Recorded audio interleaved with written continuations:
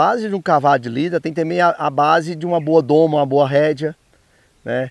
Então assim, quando você vai e busca treinamentos como a doma de cavalo dentro de uma instituição como o Senar, a rédea, isso faz parte de um cavalo de lida também. Então eu tive a oportunidade de estar fazendo esses treinamentos, né, de rédea, e o professor até então é um grande professor, Wagner da Costa lá de Bela Vista, do CT lá, e ele é muito categórico. Então se você quer um cavalo para qualquer direcionamento, se é uma prova de laço, se é um tambor, né? A gente sabe que isso é influenciado inicialmente por a forma que ele foi domado. Então essa doma realmente influencia. A rédea, a base de uma rédea para um cavalo, independente se ele é para uma prova de rédea ou para um esporte como um tambor, ele tem uma base, e essa base ela pode ser utilizada dentro da lida.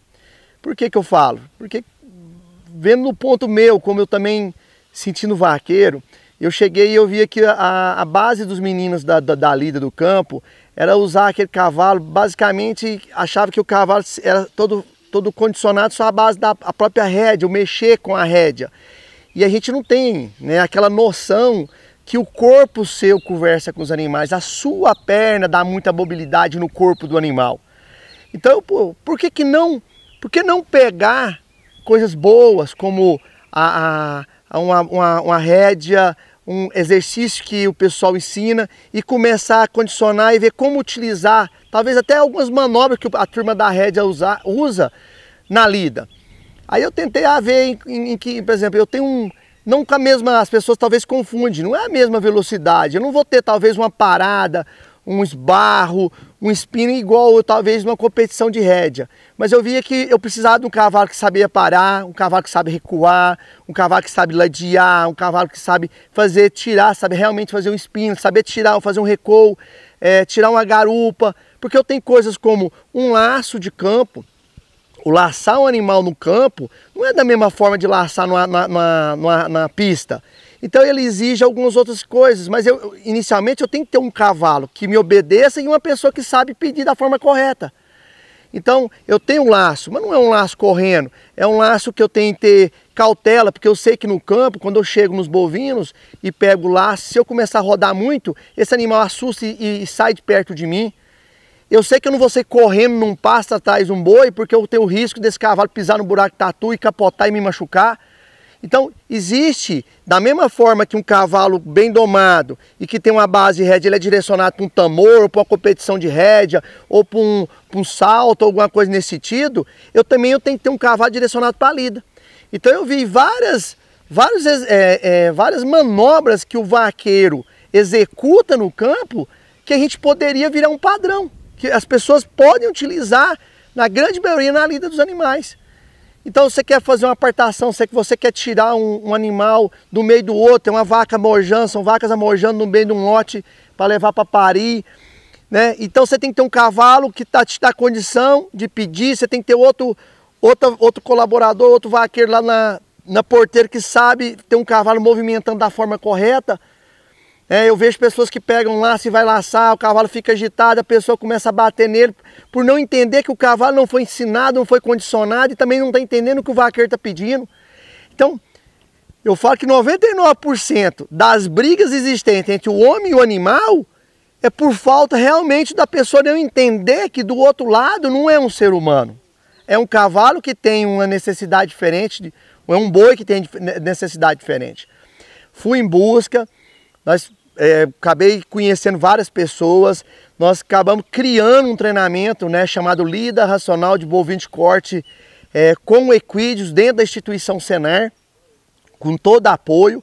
É um trabalho bonito de se ver, é um trabalho que tem início, meio e fim, que é a gente buscar quais são os animais na propriedade que têm condições físicas, condição mental, animais que têm uma certa inteligência, animais que destacam, porque eu posso ter grande número de animais na fazenda, mas eu tenho que saber qual que é aquele animal que realmente gosta de trabalhar com o bovino, né? Então é muito importante que na hora que o criador vai trabalhar, que vai fazer sua tropa de serviço, ele tem que usar muito esse parâmetro de seleção.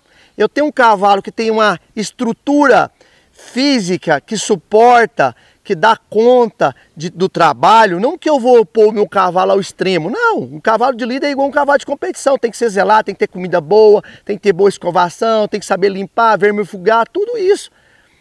E tem que ter um cavalo que tem realmente o gosto, ele é inteligente, ele tem aquilo nele na genética. Então, as pessoas tendem e aí uma falha grande, alguns produtores vão comprar cavalo e falam assim, eu quero um cavalo bom e barato.